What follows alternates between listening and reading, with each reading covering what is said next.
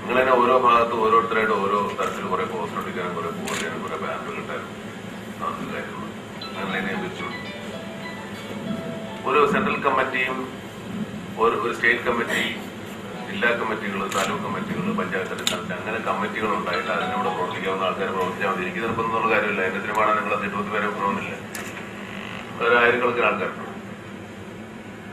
ഇങ്ങനെ ഒരു സംഘടനയായിട്ട് പ്രവർത്തിക്കണമെങ്കിൽ അതിൻ്റെതായ നിയമങ്ങൾ നിങ്ങൾ മനസ്സിലാക്കണം. ആ ഓരോ സ്ഥലത്തും ഓരോ കമ്മിറ്റി, ഞാനൊരു 5-6 ആൾ പിന്നെ കമ്മിറ്റി, പിന്നെ ഒരു 5-6 ആൾ വേറെ കമ്മിറ്റി, അങ്ങനെ കമ്മിറ്റി ഒന്നും പറ്റില്ല.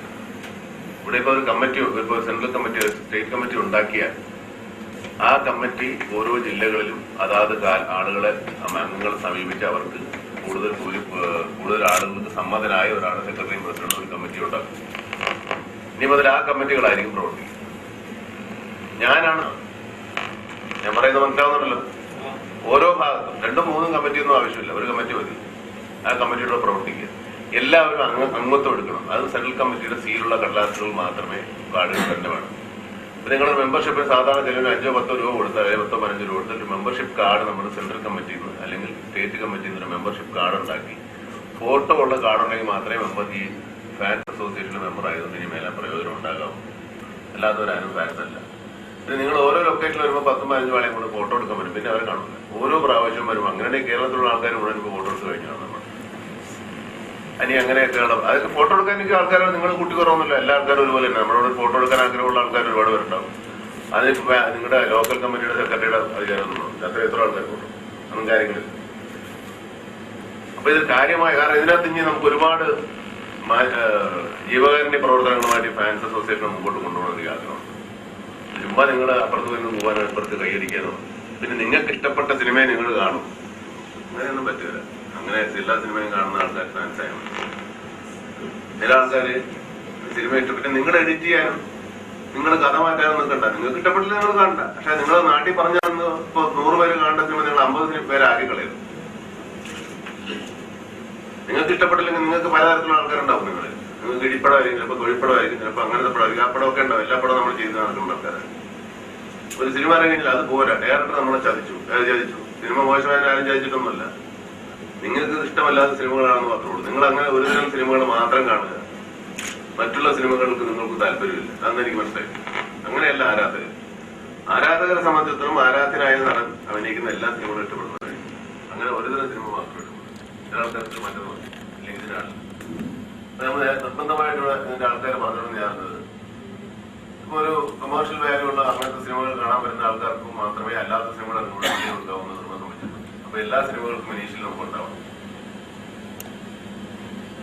പിന്നെ ഇതിനിപ്പോ സ്റ്റേറ്റ് കമ്മിറ്റിയുടെ ഒരു പാനൽ ഇവിടെ വെച്ചിട്ടുണ്ട്. ഈ പാനൽ ആയിക്കഴിഞ്ഞ് പ്രവർത്തിക്കും. അതനുസരിച്ച് ഈ പാനലിലെ കമ്മിറ്റി ഓരോ ജില്ലകളിലും വന്ന് സംഘടിപ്പിക്കുകയും അവിടെയുള്ള പ്രശ്നങ്ങൾ പറഞ്ഞു തീർത്ത് ജില്ലാ കമ്മിറ്റികൾ സജീവമാക്കുകയും ജില്ലാ കമ്മിറ്റികൾ, താലൂക്ക് കമ്മിറ്റി അങ്ങനെ താഴേക്കടയിലേക്ക് വരികയും കൂടുതൽ റിലീസിംഗ് സെന്ററുകളുണ്ട് നമുക്ക്. അതുകൊണ്ട് എല്ലാ സെന്ററുകളിലും സജീവ പ്രവർത്തനം ആവശ്യമാണ്. സിനിമ ഇറങ്ങുമ്പോഴും നമ്മൾ വേറെ ഒരുപാട് തരം പ്രോഗ്രാമുകളുണ്ട്. Fans association, fans welfare association, ഇപ്പോ നമ്മുടെ കാഴ്ച 2000 പോലെ, ഹാർട്ട് പ്രോഗ്രാം പോലെ, പിന്നെ പാലിയേറ്റീവ് കെയറിന്റെ അങ്ങനെ ഒരുപാട് പ്രോഗ്രാമുകൾ നമ്മൾ ചെയ്യുന്നു. അപ്പൊ അതൊക്കെ നിങ്ങളെ ഒരു ആൾക്കാരെ ഉദ്ദേശിച്ചിട്ട് നമ്മൾ ചെയ്യുന്നത്. നിങ്ങൾ മാറി ഇതൊന്ന് വേറെ ഓർക്കൊരു താല്പര്യം മാറ്റുകയും ചെയ്യും.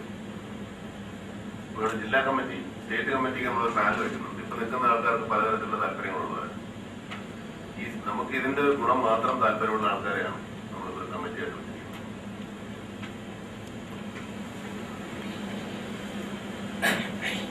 ഇപ്പൊ രക്ഷാധികാരി ലീസേനന്റെ 8ാം തരസേന നാരായണപ്പള്ളി വന്നിട്ടില്ല.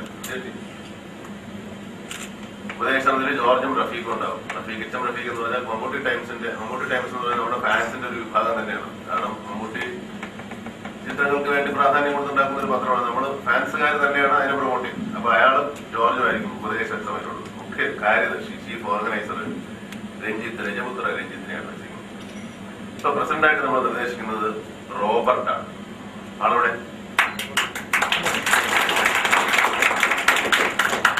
വിരോധം ഇറങ്ങില്ല. വൈസ് പ്രസിഡന്റ് മൻസൂർ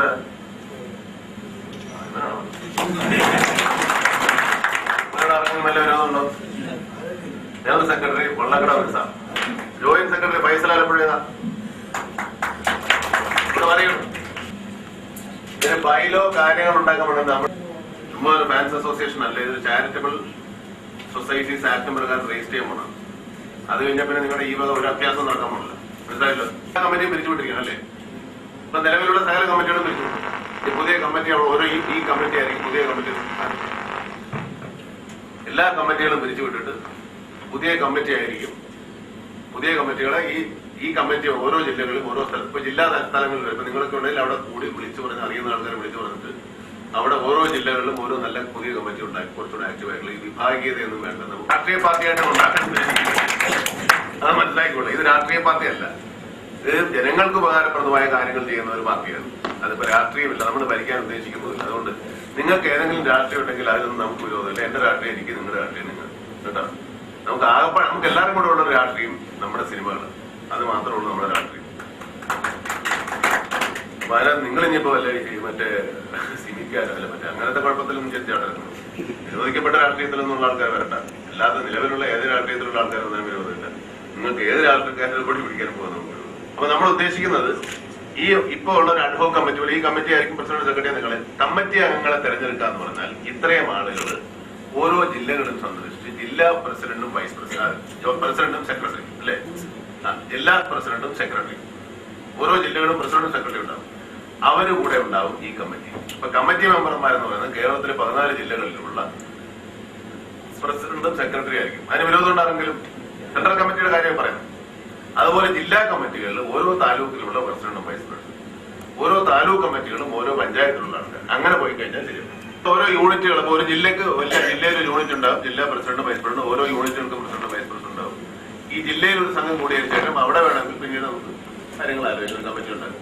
അപ്പൊ ഇതിനൊരു ഭരണ സംവിധാനം ഉണ്ടാവണം. ഭരണ സംവിധാനം ഉണ്ടെങ്കിൽ മാത്രമേ നടക്കൂടില്ല. ഓരോരുത്തർ ഓരോന്ന് അവിടെ വിളിച്ചു. ഇത് മാത്രമല്ല ഈ നിങ്ങൾ തന്നെ ഇതിനകത്തൊരു സെൻട്രൽ കമ്മിറ്റിക്ക് ഫണ്ട് ഉണ്ടായി കഴിഞ്ഞാൽ ഈ ഫോൺ വിളി പരിപാടിയാണ്. ഒരു ഫോൺ ഇതിനായിട്ട് കൊടുത്തിട്ട് ഈ ഫോൺ വിളിച്ചില്ലെങ്കിൽ ഇവരെ ജോലിക്ക് വിളിക്കുക ആരായാലും. മനസ്സിലാവും. പിന്നെ ഹാർട്ട് ടു ഹാർട്ടാണ് ഇതിന്റെ മറ്റേ വീണ്ടും 2019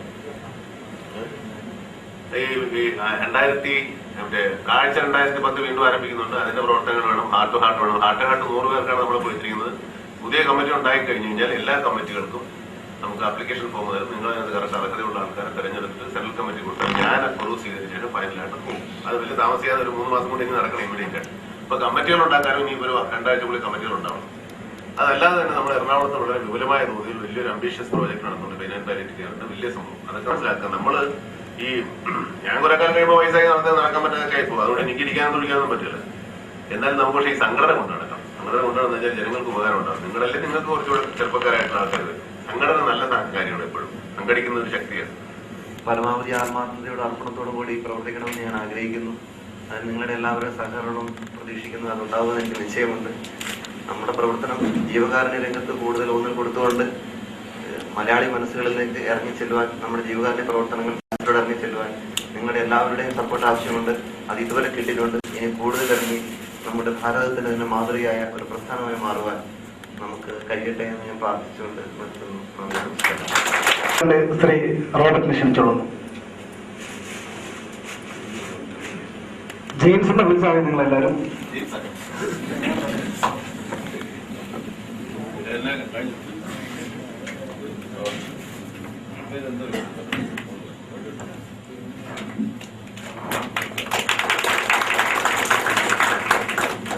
അടുത്ത റസാഖാക്ക് ഒരു പൊന്നാട അണിയിക്കുവാൻ തലമുറന്ന പ്രിയപ്പെട്ട ശ്രീ ജോർജ് ചേട്ടനെ ഒക്കെ നൽകാൻ ശ്രീ അശോകൻ ക്ഷണിക്കുന്നു.